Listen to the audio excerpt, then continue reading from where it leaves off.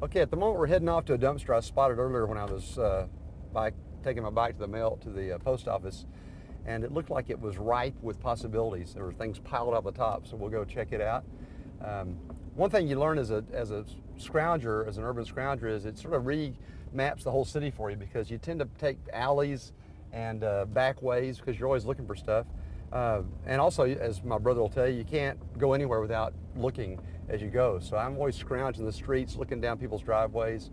What you look for, by the way, is signs of disruption. You want to find somebody who's just kicked their boyfriend out, is putting all the stuff on the curb. Divorces are great. To be honest, deaths are fantastic, because then people come and clean out houses and put everything on the curb.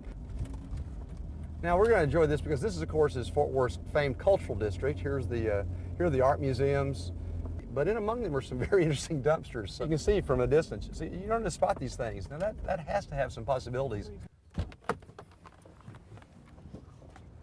I have to say, it's sort of like Pavlov's dog. When I see a dumpster that ripe with possibility, I start salivating. So let's see what we got here.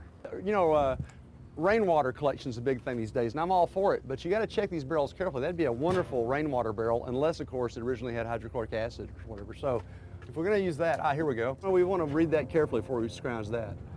Now, this is a good example of multi-use. See, these are made of aluminum and die cast. So you can see this would be cast iron. This would be die cast. This extension here. So we can either donate these to an arts program, or we can take them to the scrapyard and recycle them. Looks like an electrical light socket or a fixture.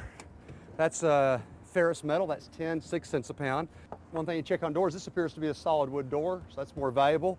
It can be used for flooring in an attic, that sort of thing. And always on doors, you want to check for doorknobs, because old doorknobs are all brass, new ones aren't. Here is the gold mine of scrounging.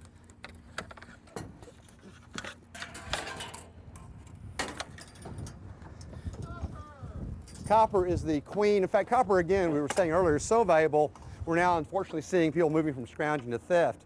This looks like a circuit box or maybe a thermostat. One thing I found in writing the book Empire of Scrounge, you might think that people when homeless folks with shopping carts are out there, they are, but a lot of folks I met in the dumpsters are coming off their job. They're coming home from their Church's Fried Chicken or their Walmart job at $6, $7 an hour. And this is what they're looking for. They're looking for stuff like this to repair a fence that they can't afford to repair through Home Depot. They're looking for a door to repair a broken door in their house. In other words, they're aware that these are, in a sense, sort of the hardware stores of folks who aren't quite making it. So now a dumpster diver's work is never done until you clean up the site you went through. So we'll put this barrel back in here.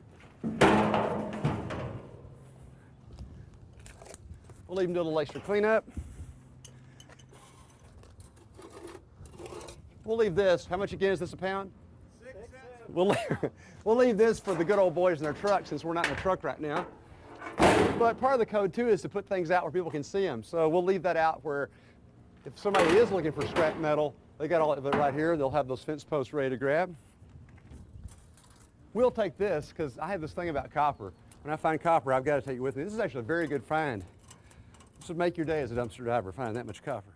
Once I realized that not only are we there collectively, but individually our lives end up there. The old Latin phrase, sic transit gloria mundi, which is so passes the glory of the world. Well, it passes into those trash piles. So a couple of examples, by the way, just from some recent finds. Here's a classic old Zippo lighter with Jim embossed on it. So Jim, God bless you wherever you are, but I've now saved your lighter. Here is an antique bronzed baby shoe that I found in a doctor's possessions. A very well-known local doctor passed away. On the curb, I found his whole life wrapped up in plastic bags, including his medical diplomas, letters of commendation, and even, I would guess, perhaps a century old, his baby shoe, now bronze. And to give you another sense of what we're saving by dumpster diving, sort of saving our history, here is something I found about a year ago in a trash bag. It's the law book of J.M. Eliot, Albany, Texas. And so this is before computers, even before typewriters. This is a handwritten log of whiskey given away on an election and the trouble that caused. There are other entries about, let's see what this is. I didn't even know this was here. Here is an old register from Tarrant County, Texas. Again, more whiskey problems on election day.